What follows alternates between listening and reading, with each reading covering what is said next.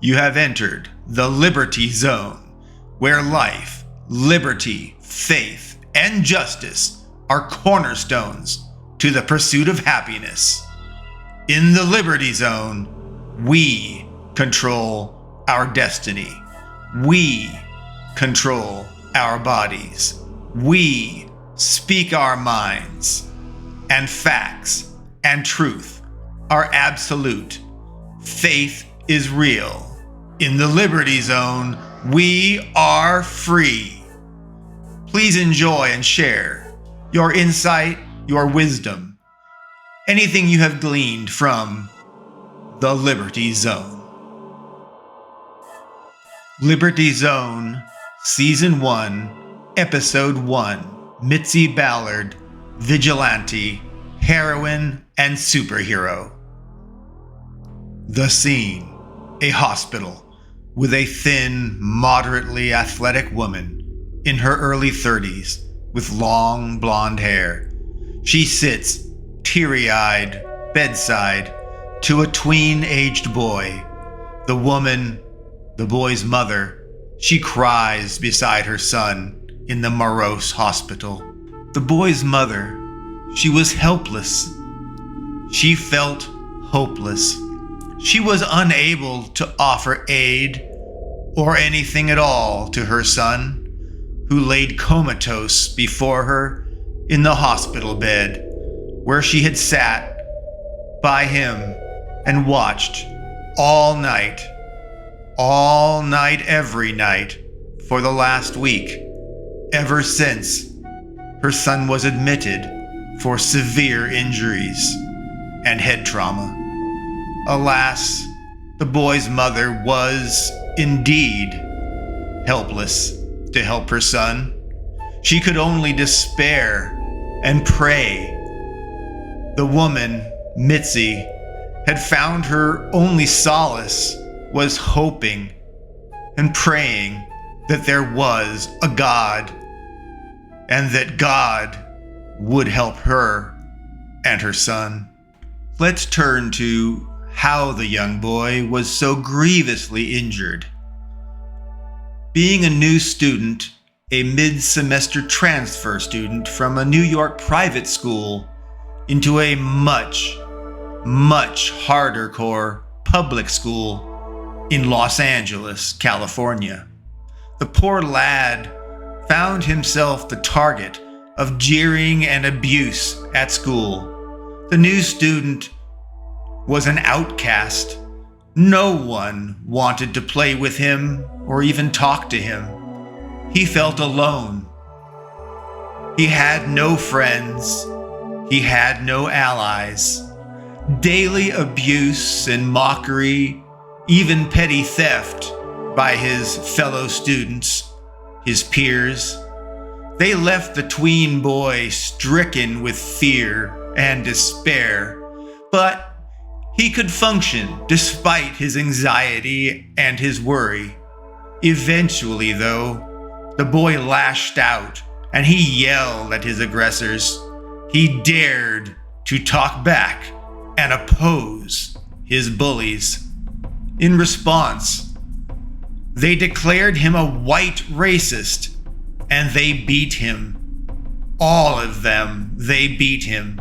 It did not matter that his assailants were also white.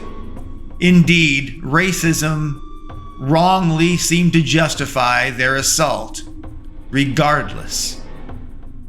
The bullies pounced on Davin, the boy. They held him and they pummeled him. The boy was small. He stood no chance to refute or fight back against one aggressor.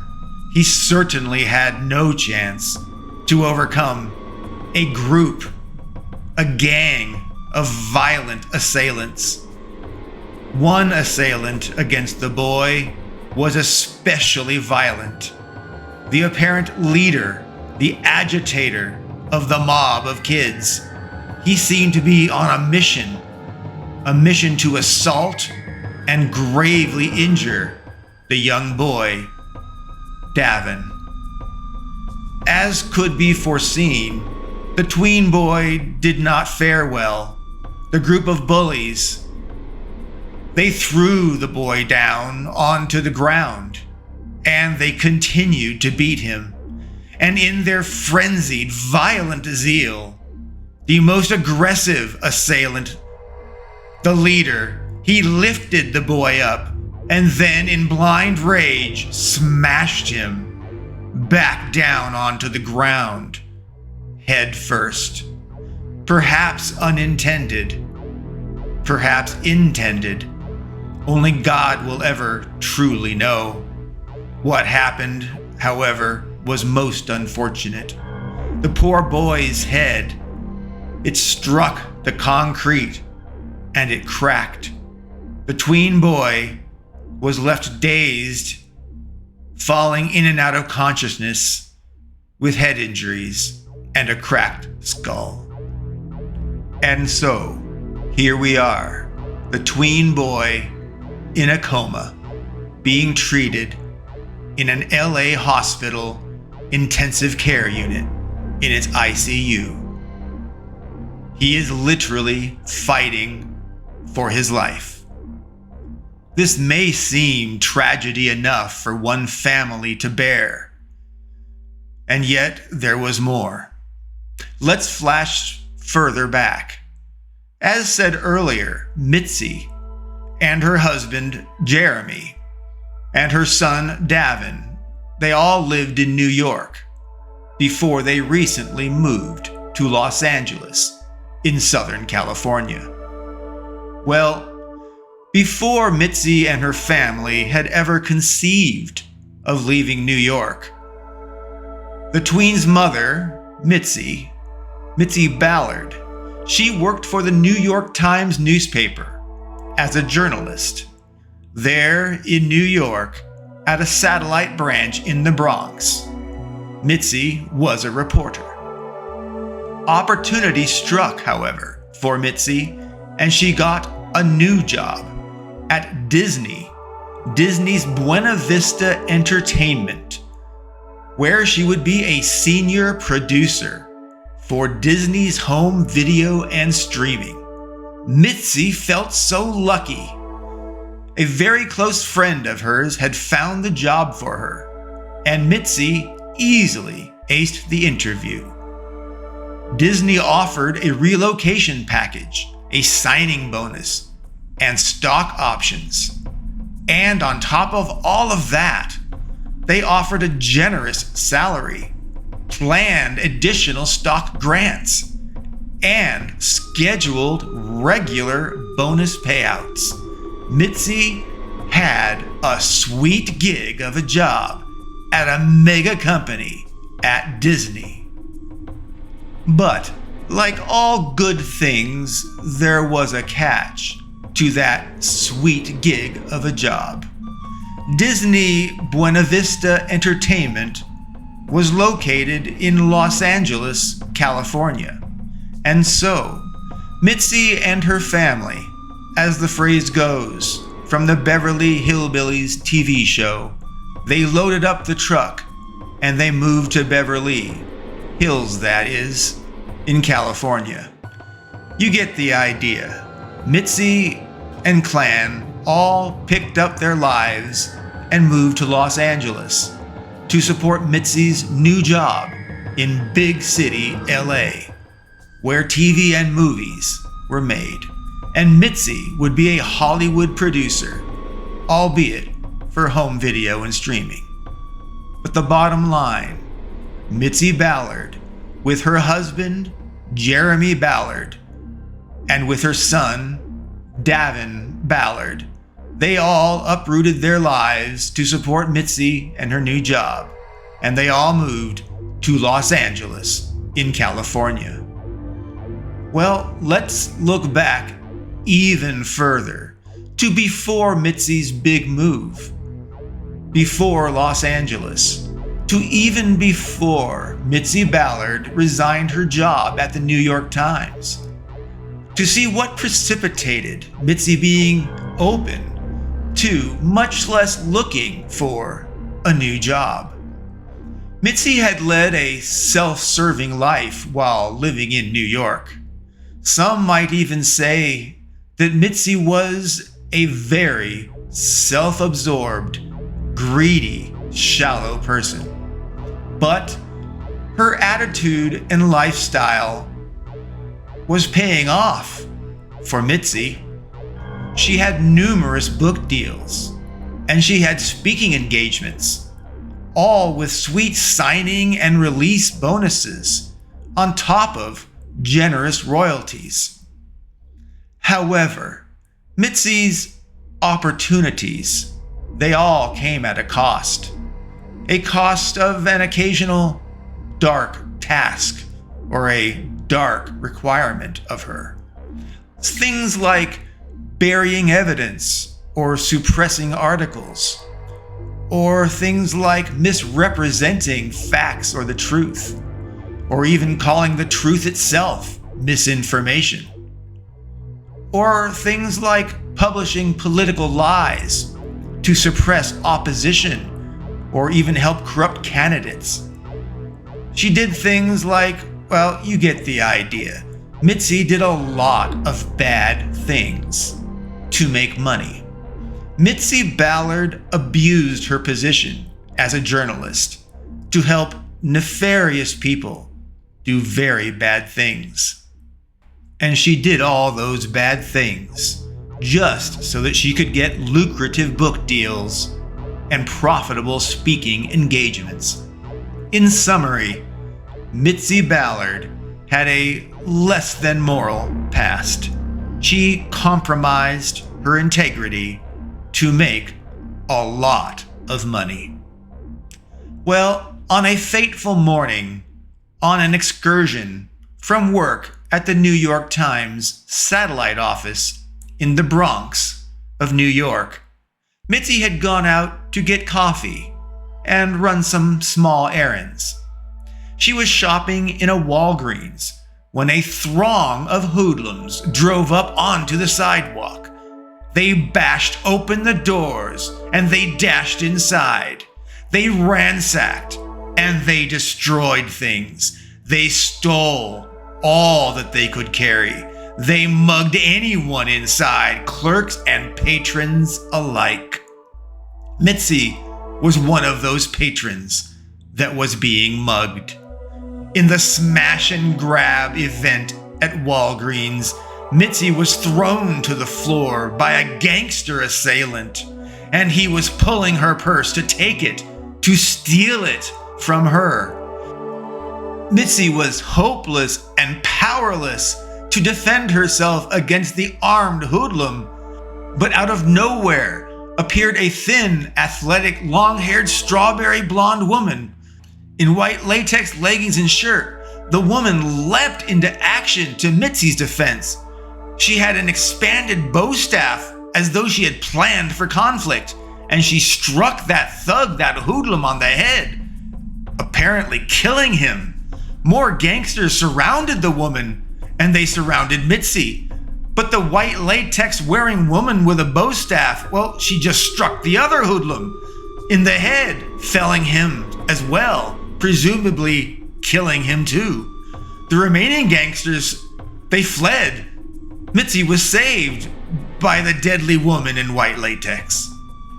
Mitzi's savior, the murderous strawberry blonde lady, she took Mitzi to a nearby Starbucks coffee shop to talk after the incident.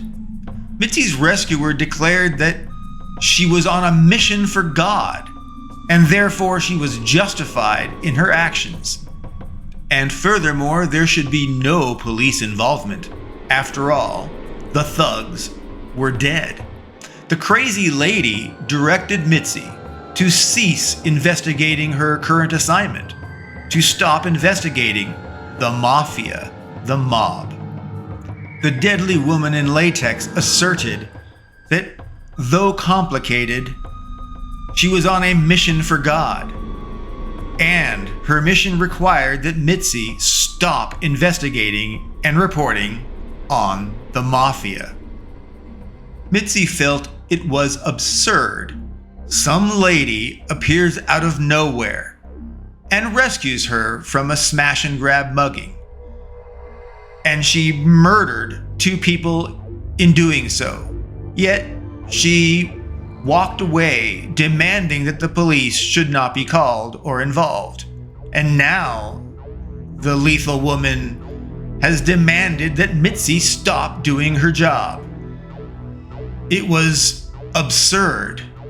Well, Mitzi refused to halt her work, which resulted in Mitzi's rescuer threatening Mitzi that she would expose Mitzi's affair with a New York district attorney, the DA, and, if necessary, she would even kill Mitzi. Unless Mitzi resigned her job at the New York Times and left New York, Mitzi's affair would be made public, and Mitzi would be killed at some random moment in the future.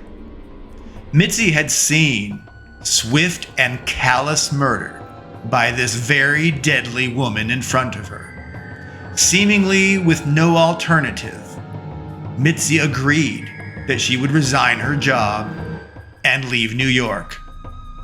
It was that very district attorney, Mitzi's affair lover, whom that she cheated on her husband with. It was that DA who found Mitzi her new job at Disney Buena Vista Entertainment as a senior producer. One might wonder why it was that Mitzi's secret lover found her a job on the opposite side of the country, nearly 3,000 miles away. To answer that question is simple. Mitzi disclosed her encounter with the murderous woman in latex, and of the deadly woman's blackmail and threat to Mitzi's life. Concerned for Mitzi's well-being, the DA found Mitzi the new job, albeit far, far away. Unfortunately, Mitzi's past, it did not stay behind her in New York, despite her moving all the way to California. Indeed, her past followed her all the way to Los Angeles. Someone that had it in for Mitzi, they had photographs. They had photos, bad pics, of Mitzi and of the district attorney, the DA, together in carnal acts of sin. Many of those dirty images, they were emailed to Mitzi and to her husband, to their email accounts, repeatedly. Yes, Mitzi and her husband each received over a dozen emails, and every email, each and every one, included many, many images as attachments. All of the pictures were there of Mitzi cheating on her husband. One might imagine how Jeremy Ballard, Mitzi's husband, would react to such explicit photos and proof of his wife's infidelity, of her cheating. One might project that Mitzi's husband would be furious and angry, arguably justifiably very upset, because his wife had deceived and cheated on him. And she dragged he and his son across the country, possibly because of her affair. Well, we may never know, in fact, what Jeremy was feeling emotionally in that moment, because he suffered a major heart attack and he died in that moment, alone, betrayed. His heart tightened and wrenched as he stared at his computer screen, as he looked horrified at those nasty photos of infidelity and of betrayal. Jeremy Ballard died right there, right then, in that moment, slumping and struggling to hold himself up. He could only see the photos of his cheating, betraying wife, Mitzi Ballard. Jeremy was dead, falling to the floor. Jeremy's last thoughts and images would be of his deceitful, cheating wife. And so here we are in a Los Angeles hospital. Mitzi Ballard's son, Davin, in a coma, fighting for his life because of a senseless, random schoolyard beating. Mitzi Ballard's husband had died only 2 weeks earlier. Mitzi Ballard's friends and parents were far, far away on the other side of the country in New York. Mitzi was alone in Los Angeles, California. Mitzi Ballard had lost everything except for her money. Mitzi still had a lot of money from her previous corrupt life, and now from her sweet, cushy new job at Disney. But no money or job can offset the nightmares that Mitzi had been stricken with. Mitzi Ballard was despairing. She had no path to restoring her life. She had no path to bring her husband back from the dead. She had no path to save her son from his coma and from maybe dying. She had no path to even lance her own wounds of sorrow and of loss. Mitzi Ballard had no path. At least she had no path forward. Let's reflect on the situation from afar. The system, civilization, it was powerless as well to help either her son or her husband. The system is police. They informed Mitzi that the kids on the schoolyard were just pawns to gangs, that the kids were just drug runners and distributors. They were merely thieves and vandals, and worse. They were simply messengers of threat and extortion. And the kids, they might even shoot or kill people, albeit rarely, apparently. The police directed Mitzi to just drop her concerns or blame of the children, of the school, or of the city. She should just drop her concerns or blame of anyone. Mitzi should simply embrace that her son's injury was random, albeit unfortunate.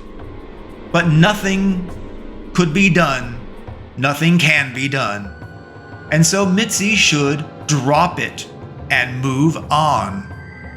Mitzi struggled immensely with the idea that she should accept that her son was beaten into a coma and potentially to death and just carry on like it was daily fare. And too bad it was just Mitzi's son's turn to take the lottery blow of assault and maybe death. Mitzi Ballard felt alone. But inside, Mitzi seethed within. Her blood boiled in a muted rage. She had no way to vent the fury that was building up within her. Mitzi was a volcano, rumbling as if near to eruption. Mitzi questioned, how could this happen to her? And how could such wickedness happen to her family? In despair and needing some way to externalize her internal tormenting hell, Mitzi turned to dark thoughts. She wanted to exact revenge on those that hurt her son. She wanted vengeance to inflict justice against the gangs that were behind the children's corruption and their violence at school that rendered her son comatose and near death. Mitzi Ballard had an epiphany in her fury. She remembered that crazy white latex wearing heroine that sent her down this hellish trek from New York to Los Angeles, where her husband died, albeit after seeing photos of Mitzi's own infidelity. And maybe her son would die too after being put into the coma. But whatever. That nut job killer woman exacted immediate punishment and justice. She even killed 2 hoodlums, and she got away with it. In fact, that woman delivered justice as she saw it, without doubt, without remorse. That woman proved that it was possible to take justice into your own hands and face no consequences for it. No consequences for being a vigilante. Mitzi Ballard conceived in that moment that maybe she too could become a heroine and seek justice against those scumbags that put her son in a coma. And better yet, maybe she could inflict justice on all those involved in her son's being put into a near-death coma. Mitzi Ballard decided that she would become a vigilante heroine like the white latex heroine, and Mitzi would avenge her son's abuse and potential demise. Mitzi would transform herself into a vigilante heroine superhero. Mitzi's son, Davin, remained in a coma for a very, very long time. Mitzi was vigilant, and she religiously saw her son every morning and every night, and daytime whenever possible. In between, Mitzi worked as a senior producer at Disney's home video and streaming group. Mitzi trained in self-defense and with pistols, knives, batons, and clubs. She found handguns felt natural to her. She practiced a lot using pistols. She found a sense of freedom and a passion in the power of guns. Every time Mitzi squeezed the trigger of a firearm, she felt alive. Every shot, every expelled shell, it filled her with adrenaline and thrill. Although it alarmed her, Mitzi Ballard loved guns. They made her feel in control and not afraid. She did not realize how guns somehow made her feel less anxious. Guns made Mitzi feel that she could finally steer the ship for the first time in her life. Mitzi enjoyed her time training and practicing with guns. She even went out to remote areas to fire weapons, all so that she could shoot outside the safety of a gun range and truly live the life and experience of a gun owner. With confidence growing, Mitzi went out on late-night prowls. She was armed and ready to fight if something happened. But she expected nothing would happen. She was not looking for trouble yet. During her prowls, Mitzi tried out different disguises and costumes. She did not want to be identified when she was a vigilante on the prowl, after all. And she imagined looking intimidating might also help scare others and give her the edge in a conflict. And of course, she would look cool. She would look badass. She would be a badass. Her costumes included hoods, capes, shawls, and of course, masks. Mitzi seemed to have a perverse interest in dressing herself like a superhero Barbie doll. Wearing costumes somehow distanced Mitzi from the reality that she would be in, that she would be on the razor's edge of life and death in her insane adventure in the name of justice and revenge. Mitzi's life was remarkably full for being so simple, with only 3 things in her life. Mitzi did nothing else at all. She trained, she worked, and she cared for her son. That was her life. All so that she could transform into Mitzi, the superhero vigilante, and avenge her son.